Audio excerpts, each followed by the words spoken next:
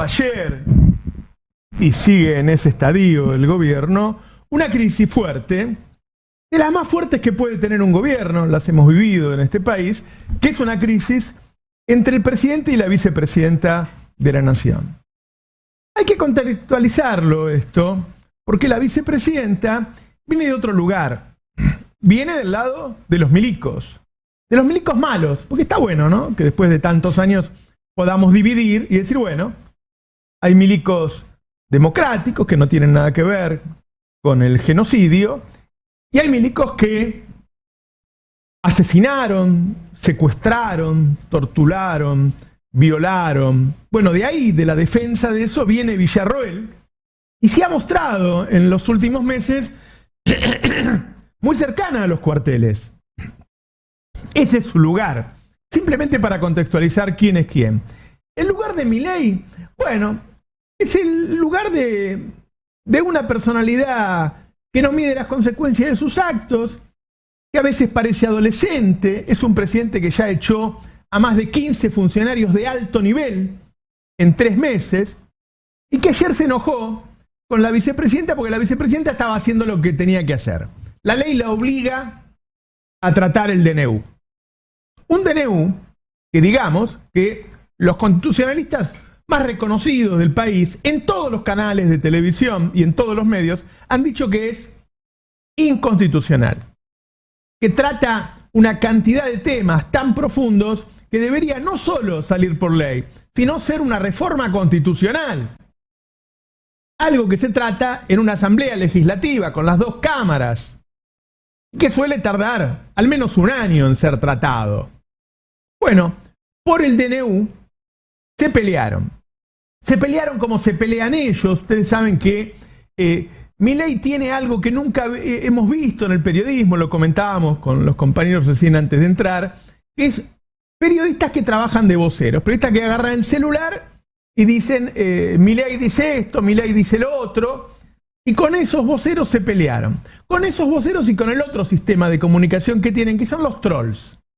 Ayer Milei le tiró los trolls, incluso con algunas amenazas que después estaba en discusión si era cierto o si era no, a la vida de Villarroel. Sin muchos insultos, eso seguro, esos fueron ciertos. Un apriete mafioso por redes a esta vicepresidenta defensora de genocidas. Hay que decir que Milei también dijo en su discurso de apertura de sesiones ordinarias que no fueron 30.000, es decir, en el caso del negacionismo o de la reivindicación de la dictadura están bastante parejos, pero la vicepresidenta viene de ahí. Bueno, ¿por qué es importante esto? Primero por el tema que se está tratando. En los medios no te lo recuerdan, pero te repaso, después los vamos a repasar con más tiempo, las cosas que se tratan en el DNU. Por ejemplo, la derogación de la ley de alquileres, que ahora te pueden cobrar lo que quieren en cualquier moneda, te lo pueden subir todos los meses. Hay un nivel de poder del propietario que nunca había habido. La derogación de la ley de abastecimiento, de la ley de góndolas, de todo tipo de control de precios, que hizo que los precios subieron de esta manera. ¿Sí? Eliminar las restricciones que tenían las prepagas para subir de precio, por eso subieron de esta manera. Las topes a las comisiones e intereses que cobran los bancos, lo sacaron, por eso subieron de esta manera.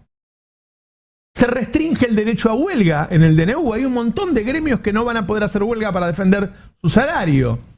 Se saca cualquier control de importaciones y exportaciones. ¿Cómo te joden las exportaciones? Que ya no hay cupo nacional. Tu salario compite con el salario de un alemán, por ejemplo, para comprar un churrasco. Las importaciones, liberarlas, ¿qué significa? Que es muy factible que la empresa en que trabajás se funda en manos de las importaciones. Digo, es un DNU aberrante, es un DNU contra el pueblo que debe ser derogado. Ahora, la vicepresidenta hizo esto porque le interesa al pueblo. La vicepresidenta quiere posicionarse como un suplente de Milei. Lo ve a Milei como un tipo que tiene ciertas aristas de psicópata, así que no mide la consecuencia de sus actos. La gente que no mide la consecuencia de sus actos, en algún momento hace algo que lo hace caer. Ella tiene un pacto con Mauricio Macri. No sé si un pacto para voltearlo a Milei, por lo menos para darle más importancia a Macri en un gobierno en el que ella fuera la presidenta. Es decir, esto tiene un impacto muy, muy fuerte. No es una pelea común y corriente. ¿Se puede comparar con otras de vicepresidente-presidente? Habría que ver qué pensaba Cobos el día que dijo un voto no positivo. ¿Pensaba en que Cristina podía caer y quedar él? ¿Alguien se lo habrá dicho al oído y por eso lo hizo? Lo que sabemos por lo menos es que no quería enfrentarse al poder que se estaba enfrentando Cristina. Pero esto es distinto porque Milei es un presidente débil, frágil. Fundamentalmente porque no tiene gobernadores, no tiene intendentes, no tiene senadores, no tiene casi diputados. Entonces esta pelea lo debilita un poco más. ¿Y por qué un poco más? Ayer en la tele decían, en el mejor momento económico. Bueno, no es así. No es así. La inflación de marzo aparentemente puede dar 20% o más. Esa es una pésima noticia, no solo por el registro, sino por el rebote. Porque le va a mostrar a la gente que todo era mentira. Porque el ajuste que hizo era un ajuste ilegal, entonces va a tener que ir pagando las cosas que retuvo. El FMI le pide algunas cosas que él no puede lograr. Y porque además, si cae el DNU, va a ser un golpe terrible para Milei. No quiero decir terminal. El domingo va a salir una encuesta que lo muestra bastante caído. La primera vez que se lo ve tan caído a Milei. Pero va a ser un golpe muy, muy, muy fuerte. Muy fuerte. Por eso cobra relevancia esta pelea. Agrego para terminar este comentario algo más. Además de la inflación que hay, el gobierno ha decidido no homologar algunos de los convenios colectivos más importantes del país. El de empleados de comercio, el de la UOM, el de la UOCRA, el de camioneros, el de empleados del Estado. Bueno, eso la verdad que lo va a poner al gobierno en una situación insoportable ya. Es decir, el gobierno se pega tiros en el pie todos los días porque no mide las consecuencias de sus actos. Esta pelea, en ese momento de fragilidad, yo le diría que la sigamos hora a hora porque puede terminar de cualquier forma. No es una pelea más entre presidente y vicepresidente por la debilidad del presidente. Hoy Milei se quiere cargar a Villarroel, pero Villarroel se quiere cargar a Milei. Y eso es muy jodido. Fundamentalmente porque son dos personas violentas. Eso es muy jodido. Buenos días, ¿qué tal? ¿Cómo están? Buen día, Roberto. ¿Cómo va? Bueno, díganme. Hay toda una genealogía de este conflicto. Es decir, la pelea no empezó ayer. De hecho, creo que se remonta a la campaña. Cuando las dudas sobre la estabilidad de Milei, sobre la posibilidad de que Milei lleve a buen puerto su gobierno, hacía que muchos ya empezaran a mirar a Villarroel como una alternativa. Y de hecho, recordarán todos que la campaña de Villarroel la cierra con un acto en Callao y Santa Fe, con carteles que decían victoria, y donde no aparecía Milei, ni la Libertad Avanza, ni los colores de la Libertad Avanza. También este conflicto tiene que ver con el reparto que se hizo de las responsabilidades de gobierno, donde Villarroel quedó absolutamente corrida. Algunos dirán que ella se diferenció porque Milei la había corrido, otros dirán que Milei la corrió porque se diferenció. Pero en los hechos, ella se anunciaba como la persona que iba a tener a su cargo la seguridad y la defensa, y Milei privilegió hacer un pacto con Patricia Bullrich y sus 26 puntos de votos antes que cumplir con ese acuerdo que tenía con Villarroel.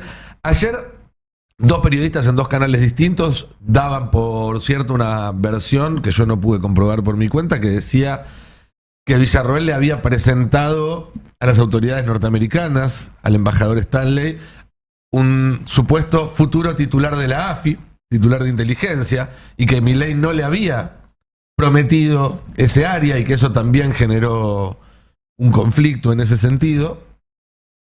Y más para acá en el tiempo, las reuniones con Macri, Villarroel reunida varias veces con Macri, algo en lo que desconfía muchísimo Milei. Y nosotros lo decíamos acá el día siguiente. Lo fue a ver a la Angostura, perdón. Sí, pero 2 o 3 días, ¿no? El lunes después del balotaje, en el pase, hablamos de que Milei, las dos personas a las que más temía eran a Macri y a Villarroel, porque temía que si se juntaban, ponían en riesgo su cargo.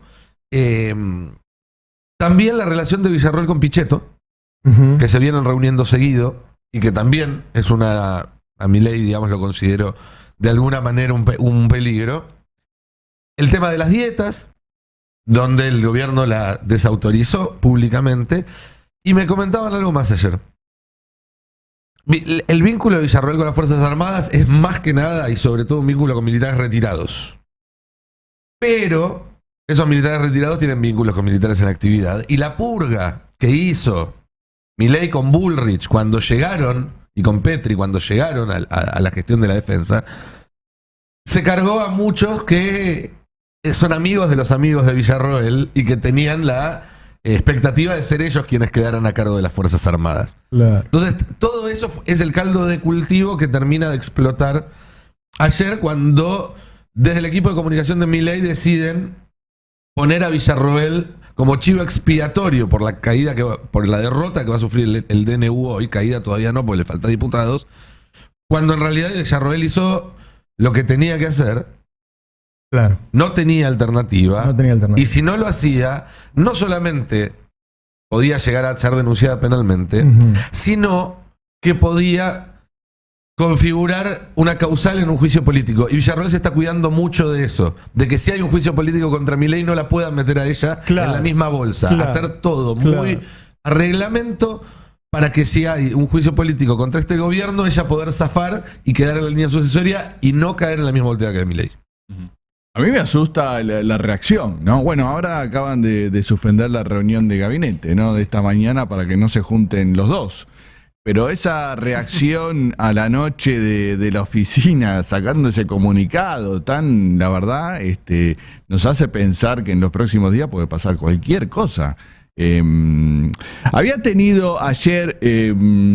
podríamos decir algo... ¿Lo podemos? Sí. Yo no llego a la... Esa oficina que, recuerdo la oficina del presidente electo, que no es una... No existe. O sea, no es un... Pero bueno. Es la voz de Milei y la exacto. hermana. Comunicado oficial le dice, ponen, ¿no? En la previa a la firma conjunta del Pacto de Mayo, que es en 2 meses, convocada por el Poder Ejecutivo con el objetivo de reconstruir las bases de la República Argentina, la oficina del presidente expresa su preocupación por la decisión unilateral de algunos sectores de la clase política que pretenden avanzar en una agenda propia e inconsulta a fin de entorpecer las negociaciones y el diálogo entre distintos sectores. Se refiere a la vicepresidenta. Propia e inconsulta. Está hablando de la vicepresidenta que se cortó sola, quiere decir propia e inconsulta. Sí, sigue, porque después le dedica a otras cosas a la vice. Dice, tanto el tratamiento apresurado del DNU, 3 meses tiene el DNU vigente, como la iniciativa de promover una fórmula jubilatoria sin consenso, violentan el espíritu de acuerdo promovido por el presidente en su convocatoria al Pacto de Mayo. O sea, hay que dejar todo como está 2 meses más. Claro. Y no es violento que el presidente haya hecho una constitución nueva por DNU prácticamente. Después dice, el potencial rechazo del DNU, y esta frase me encanta, que actualmente se encuentra próximo a una definición de la Corte Suprema de Justicia. ¿De dónde está? Claro, ¿sabe algo que nosotros no sabemos o nos está apretando? Pues la Corte resolvió hasta esta semana 1.509 expedientes en lo que va del año. Ninguno del DNU. Claro. No sé de dónde lo saca. Dice, conllevaría un grave retroceso en los derechos y necesidades del pueblo argentino, implicando, por ejemplo, el regreso de la ley de alquileres, bienvenida, el retorno al sistema regido por las obras sociales y sindicales, el sostenimiento del modelo corrupto de los registros automotores, y la anulación de la política de cielos abiertos, entre otras cosas. Pero los alquileres subieron 20% en enero y 25% en febrero, muchachos. Le están mintiendo a la población con que eso fue beneficioso. Sí. Pero además me interesa mucho el punto que decía Fer, porque dice, si ellos reaccionaron así, o sea, metieron ese comunicado, le tiraron los trolls a o sea, el presidente a los 3 meses le tira los trolls a insultar a la vicepresidenta, agarra a los 4 o 5 de esos mamelucos que tienen La Nación Más y le empieza a decir barbaridades. Se van a matar entre ellos, le echan la culpa a Kirchner. ¿Qué no se espera? Si pasaron nada más que 3 meses. Ayer estábamos sacando al senador Lewandowski, creo que ustedes pusieron el testimonio. Audio, pues era todo como en vivo lo que estaba sucediendo, ¿no? Ellos diciendo, no, estamos entrando a la reunión, ahora se va a hacer la de... El comunicado salió mientras estaban reunidos en la reunión de labor. Creo que se lo leyeron ahí. A Villarroel ahí. De hecho, tiene un último párrafo que es, porque además yo me los imagino divirtiéndose, haciéndolo, dice... Lo de las victorias de corto plazo. Sí, el gobierno nacional espera que el Poder Legislativo no se deje cautivar por el canto de sirena de quienes pretenden anotarse entre comillas victorias. Es como todo un juego de Victorias, palabras. Le pusieron Claro. en las comillas a anotarse porque no se animaron a ponerse la victoria. Claro. Porque no Claro. tiene ningún sentido, además, que se vayan a anotarse. Claro, claro. Bueno, Hicieron- nada, eso. Sí, fue una ironía. Vamos a hacer. A ver, hoy publican Ariel Jalad y Franco Misraje, consiguen el listado de las personas que entraron a la Quinta de Olivos y a la Casa Rosada desde que asumió Javier Milei. ¿Y a quién encuentra ahí entre las visitas? El que los está viendo por tele o por YouTube puede ver la nota. Dice, abogados del estudio Funes de Rioja y otros grandes bufetes de la City estuvieron en la Rosada mientras se gestaba el DNU y la ley ómnibus. Es Sí. decir, esto confirma las presunciones. Esta información que surge de los datos que nos da, es un pedido de información Pedido de acceso a la ¿eh? información pública. Claro, Sí. es decir, el gobierno nos da esta información porque nosotros se la pedimos de manera oficial, confirma las sospechas de que el DNU lo habían hecho los estudios de las empresas. Entonces, cuando vos escuchás en la tele que te dicen si voltean el DNU, tu vida se va a acabar, Ujú. bueno, esto se hizo para ayudar a los empresarios. Vamos a hacer, si te parece, Ari, te lo dejo para que lo sigas vos. Primero que expliques un poquito la nota y después ver qué dice el DNU. Antes de seguir mostrando, ver lo que se dice en la tele, qué sé yo, hagamos esto que es lo que no se está haciendo en la tele.